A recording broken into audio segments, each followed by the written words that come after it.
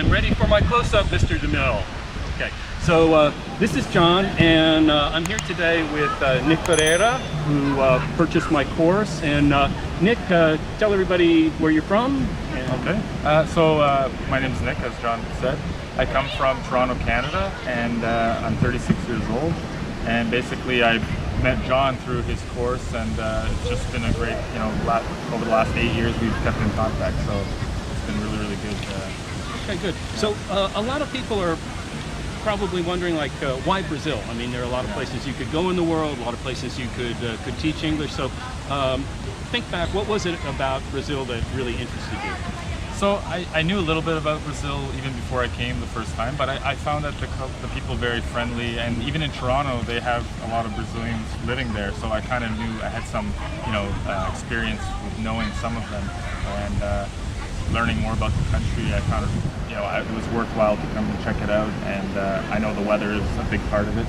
So that's huge for me, coming from a country where it's freezing.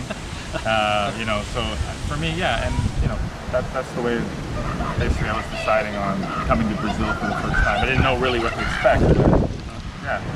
And so you decided on Brazil, and you thought that teaching English here would be a good way to kind of pay for your visit? Yeah, actually, it never occurred to me. I mean, as a native speaker of English, I just thought, oh, how could I make a living there, or at least, to be able to stay there and support myself. But after I started getting into it and teaching, and especially at the schools and then doing individuals, I found it to be really rewarding. And I mean, you'd have a lot of free time, which was good. So you're doing something that turned out to be a lot of fun. And in the end, you have time and you still have money in your pocket, and you can go and enjoy the beaches if you like. Or yeah, that's a good point. For those of you out there who want to come down here and enjoy Brazil, you really only have to work about 20 hours a week to support yourself here, and so that leaves you a lot of time to go out and explore. So when you arrived down here, Nick, what was it like? How was the process for people who are thinking about coming here? What could they expect when they arrive? Right. So when I first came here many years ago, you needed a visa. Canadians and Americans, I believe, needed a visa then, which is, I mean, it's not that difficult to get one. So for me, it took maybe 2 weeks to send your passport and all that stuff. But now there's no visa for Americans, Canadians, and many other English-speaking countries. So and European countries. But I took the plunge with getting a visa, and I get here, and I came to actually Rio de Janeiro, and getting here was like, okay, this is a little bit nerve-wracking, but I figured it's gonna pass. The media overblows the stuff, and I found that it was a very fun city. The people are very warm and welcoming, and it's been great since I'm glad I came. Yeah, I also started teaching in Rio. By the way, today we're in São Paulo at Ibirapuera Park. I neglected to mention it's a huge park and a great place to come on the weekends. But I also started in Rio. I sort of figured that it would provide a balance, that there'd be a lot of work and also a lot of fun, and that proved to be true. Yeah, definitely. I found that too. I think the schools are not demanding. The first job I had was at a school called CAA. I think they teach English and Spanish there, and getting the job was so fast. And I mean, I searched. It took maybe about 1 or 2 weeks to sort of get bites on opportunities to work in schools, and I was out of maybe 15 to 20 applicants, I was chosen as number 3, so 2 Brazilians plus myself, which was incredible. Yeah, I had a similar experience. I came to Rio, and the first week I did interviews. I was teaching the second week. So I mean, there's definitely work here. There's no, if you're worried about will there be work, there is work. And I've been here for years, and I found whether the economy is good, whether the economy is bad, there is always a need for English teachers here. That's true. So for me, it was an experience of a lifetime. I recommend anybody who's interested, take the plunge. I mean, if you don't have anything to lose, definitely try it out.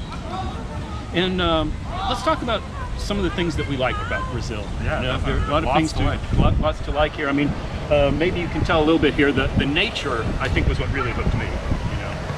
And there's so many beautiful things here. When you were here last, you went to Foz do Iguaçu, the waterfalls there. Yep. And you're from Canada. I'm sure you've seen Niagara. Right? Yeah, Niagara. I mean, though it's beautiful, it doesn't have anything on Iguaçu Falls. Nothing. That was an incredible experience. I highly recommend that, and I'm not just saying that, but I felt it was an incredible experience. The nature, like as you said, is incredible. And the beaches here, we've got what, 4,000 miles of coastline here, yeah, so few good beaches here. Yeah, the Atlantic Ocean, they got pretty much this in their backyard, you know, so it's fantastic.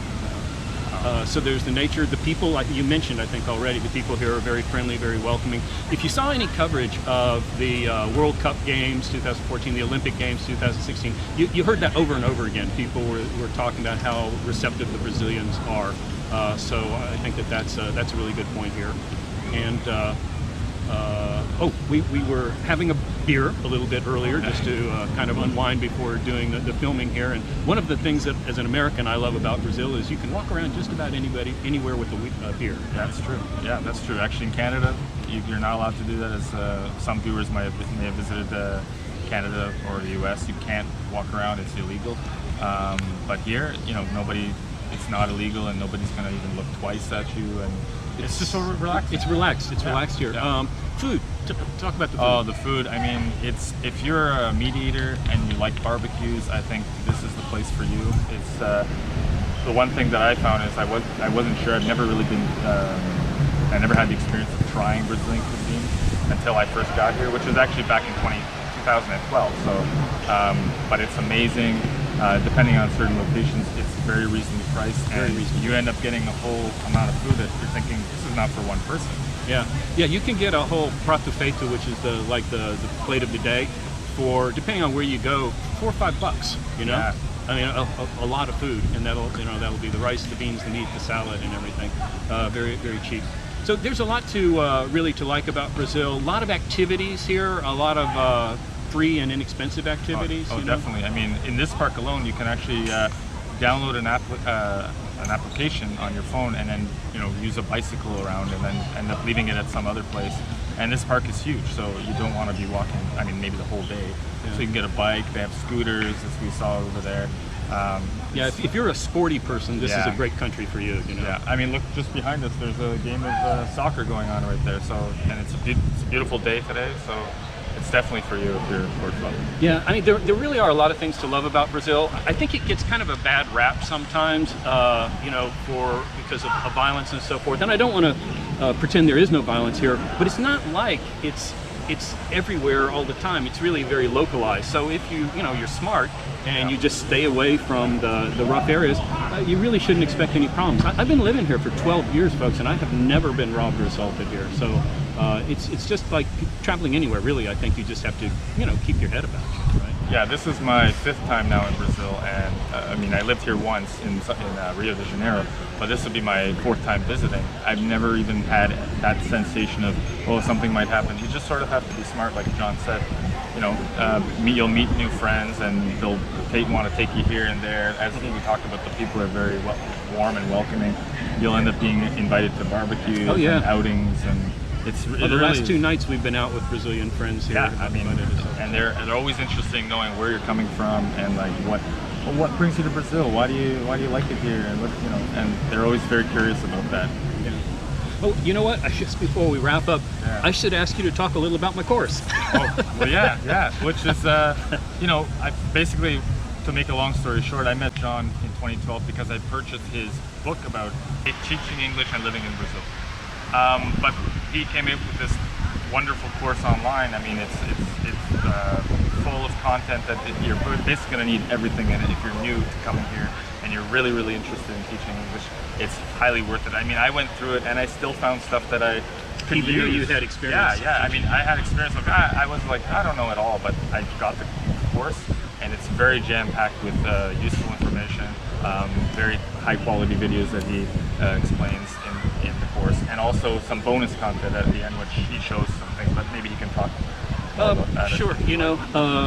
The book was very well received, and I decided to turn it into a video-based course. People today prefer videos, I think, to reading. Yeah. And so I created a lot of videos. I guess the downside is you've got to look at me a lot, but also I did include a lot of videos, as Nick said, that are actual courses. So I've recorded a lot of my courses with students, classes, so that you can see what it's like actually inside a class. And I've tried to be really soup to nuts. So I talk about the stuff, you know, teaching of course, but I also teach about what it's like to live here in Brazil, you know, stuff, useful stuff, because I recognize that most of you are coming here not so much really to teach, but to know Brazil, and teaching is just a means to do that. So I include information about what it's like day to day here as well. So I hope you'll check out the course. There's a free trial course, sample course that you can sign up for. Again, it's completely free, and I think that will help you to answer a lot of your basic questions and decide whether coming to Brazil and teaching English here might be right for you. Anyway, thanks for watching this video. Nick, thanks very much. Yeah, no problem. Thanks so much.